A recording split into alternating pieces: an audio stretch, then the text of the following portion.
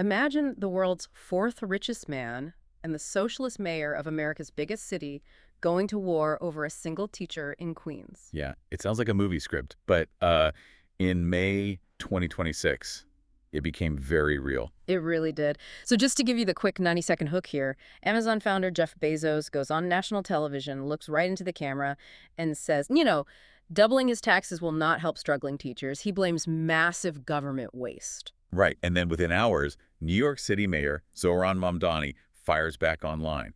He says the city's teachers would fiercely disagree. And that just set off this massive public battle over money, taxes, and power. Exactly. So for our deep dive today, our mission is pretty simple. We have this huge stack of sources, right? News articles, city press releases, political reports. We want to break down this ideological war using simple math and clear facts. Yeah, zero political bias. We just want to figure out what this whole clash actually reveals about how cities spend billions of dollars.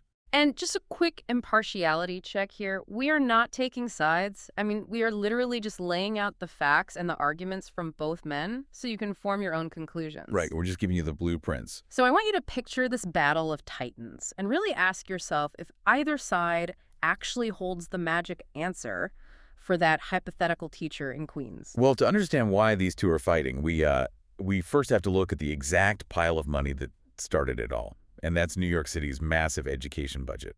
Oh, wow, yeah. The numbers here are just wild. They really are. The city spends a record $43 to $44 billion on its public schools. Wait, 44 billion just on school? Yep, every single year. So if you break that down, it comes out to roughly $44,000 per student.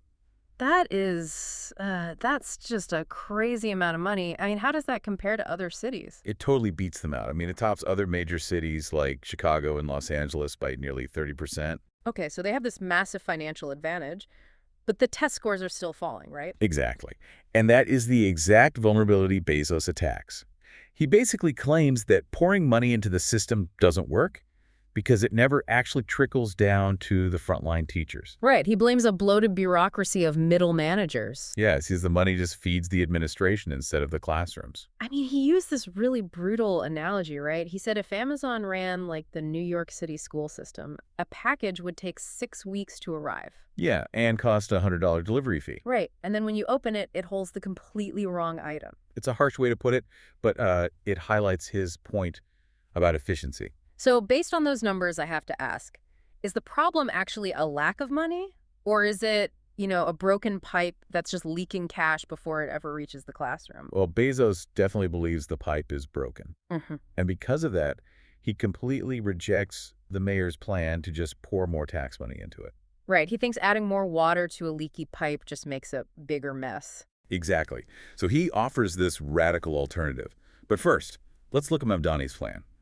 Mamdani is pushing for a local pied-à-terre tax. A pied-à-terre tax. So that targets luxury second homes, right? Yep. Specifically non-primary homes worth $5 million or more.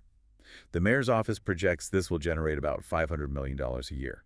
And they need that money because the city has a historic $12 billion deficit to close. Right. A $12 billion hole is massive.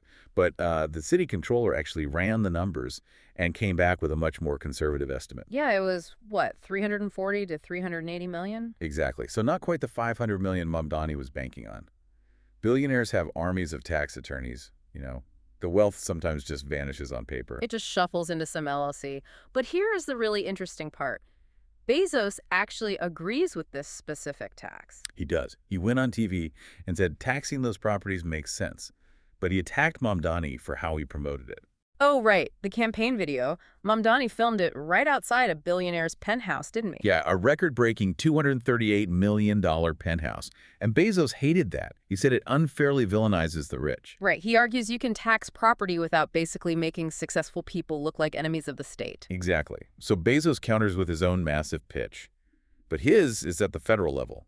He wants to wipe out income taxes entirely for the bottom 50% of American earners. Take it straight to zero. That's bold. It is. And he uses hard statistics to back it up.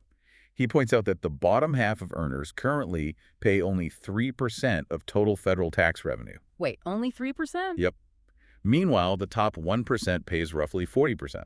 Wow. So Bezos is saying, look, A working-class nurse in Queens should just keep her money instead of sending it to Washington. Right. She knows how to spend her money better than the government does.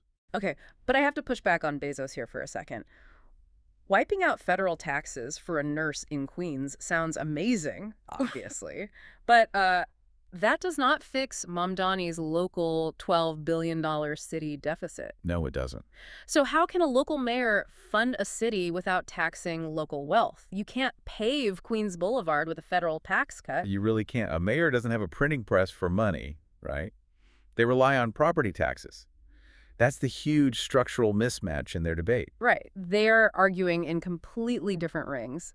But, this disagreement didn't just stay on social media. It actually spilled out onto the streets of New York. With actual dollars changing hands, we get to see both of their philosophies in action. Yeah, Mamdani's administration aggressively cracked down on Amazon delivery trucks. They enforced these strict anti-idling laws. The goal was to fight air pollution, mostly in working-class neighborhoods where asthma is a real issue. And people could just record a truck idling and report it, right? Yeah, exactly. And through that targeted enforcement, the city successfully recovered over $9 million in unpaid fines from Amazon and its contractors. $9 million just from fines. So Mamdani uses this to prove that, hey, no corporation stands above the law. If you break the rules, we will make you pay. Right. It's a sheer display of government force. But on the flip side, you have the Bezos family doing something totally different. Yeah, they pledged $150 million to a New York anti-poverty nonprofit. Specifically to fund early childhood education.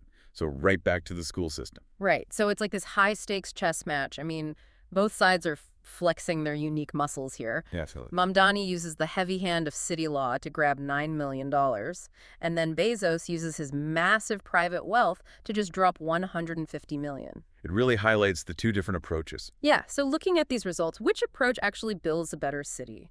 Is it strict government enforcement, or is it massive private charity? Well, government enforcement sets a baseline. Right. Yeah. It holds everyone accountable. But it's slow. That $9 million goes into a giant bureaucratic machine. Right, that clogged pipe Bezos was talking about. Exactly. Whereas private philanthropy is fast. That $150 million could be targeted directly at early childhood education with zero red tape.